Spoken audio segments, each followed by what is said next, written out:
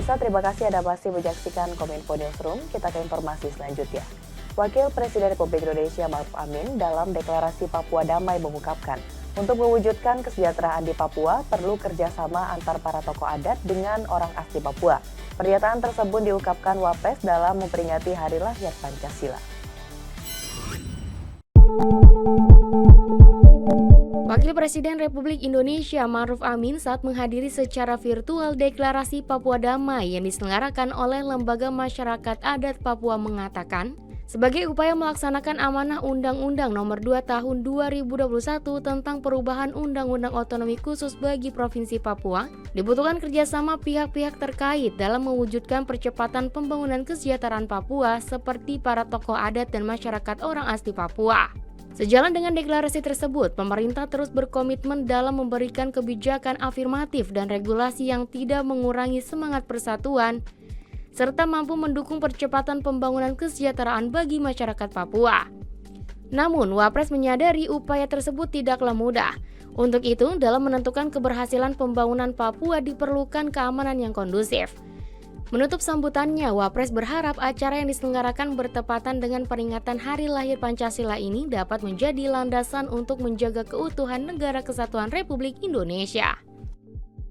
Menyaksikan hadirnya elemen-elemen penting pembangunan Papua. Ada pemerintah daerah, tokoh agama, kalangan akademisi, perwakilan perempuan, dan pemuda milenial. Ada pula tokoh adat yang pengaruh dan peranannya selama ini sangat besar terhadap keberhasilan pembangunan kesejahteraan di Papua. Oleh karena itu, saya meyakini percepatan pembangunan Papua akan segera terwujud karena tokoh adat dan seluruh elemen lokal champion Papua, orang Papua, orang asli Papua siap untuk bahu-membahu dan berpartisipasi aktif membangun tanah Papua.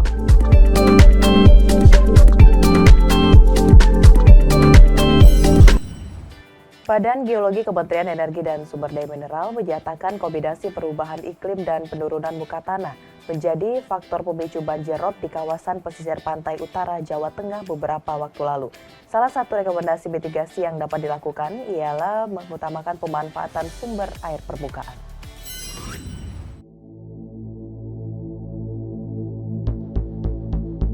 Kepala Pusat Air Tanah dan Geologi Tata Lingkungan Rita Susilawati, Badan Geologi Kementerian Energi dan Sumber Daya Mineral menyatakan bahwa banjirop yang melanda beberapa daerah pantai utara Jawa seperti di Semarang, Demak, Pekalongan, Rembang, dan Brebes 23 Mei yang lalu disebabkan oleh kombinasi antara perubahan iklim dan penurunan muka tanah.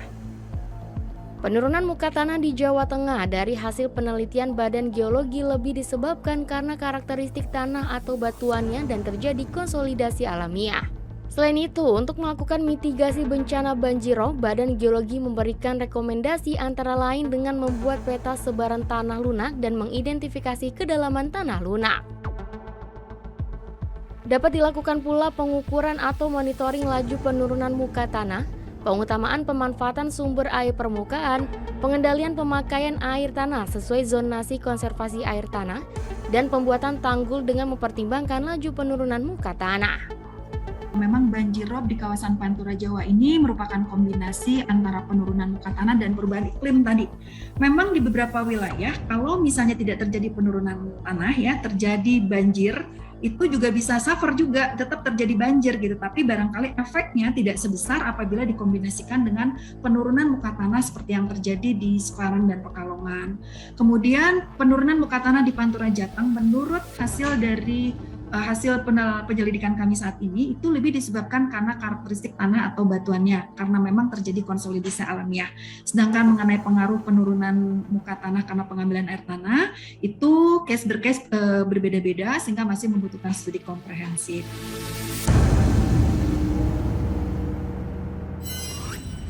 Kita ke informasi lainnya, pemirsa. Dalam konferensi pers Kick-Off Change Source, Menteri Kesehatan Budi Gunadi Sadikin resmi menandatangani pembangunan pabrik bahan baku obat dalam negeri dan memiliki program Change Source, sebuah program yang bertujuan memudahkan regulasi perusahaan farmasi dalam memasok bahan baku obat dalam negeri.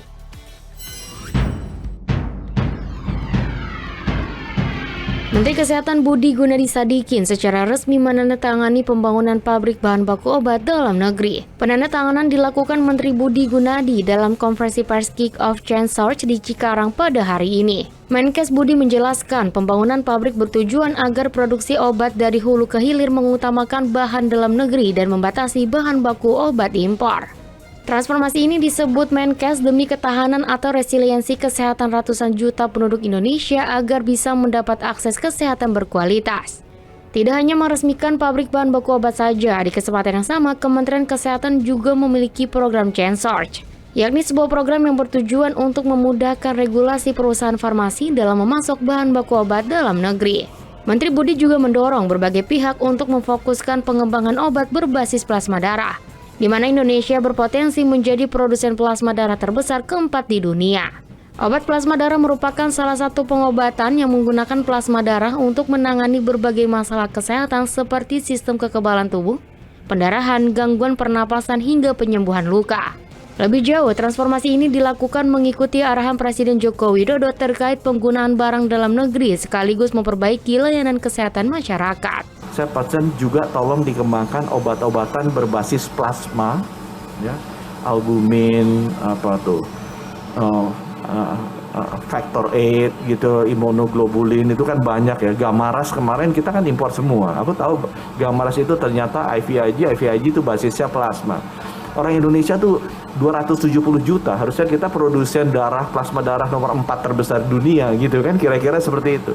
Masa produk IVIG, albumin yang banyak dipakai dan factor 8-nya itu masih semuanya impor? Itu kan nggak benar.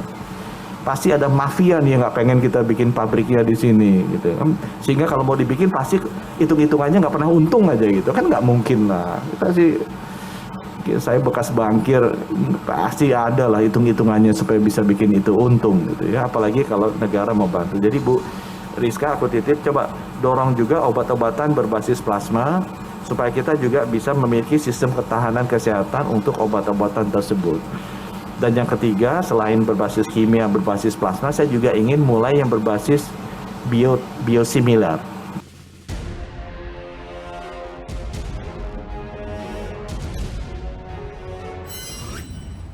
Presiden Joko Widodo pada kunjungan kerjanya di Sumba Timur, Nusa Tenggara Timur memantau panen sorghum. Sorghum dinilai dapat menjadi alternatif bahan pokok dan dapat memberikan dampak ekonomi bagi masyarakat.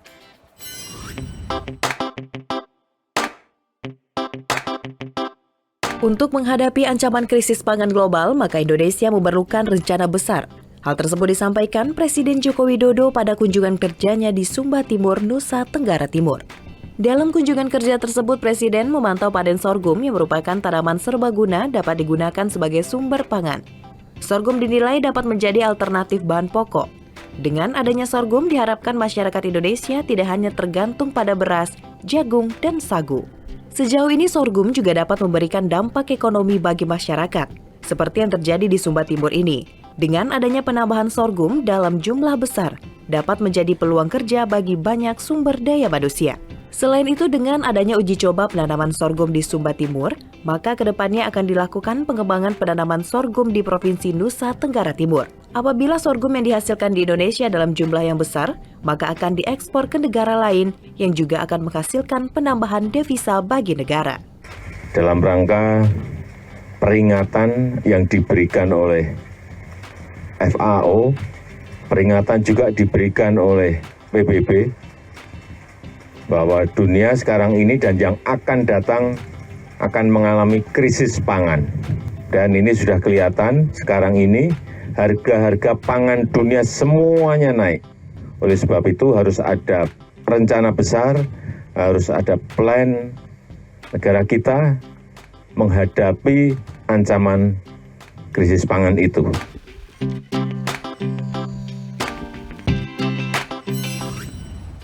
Pemirsa, usai jeda kami akan kembali dengan informasi penghijauan lahan gambut di Tanah Siak sesaat lagi.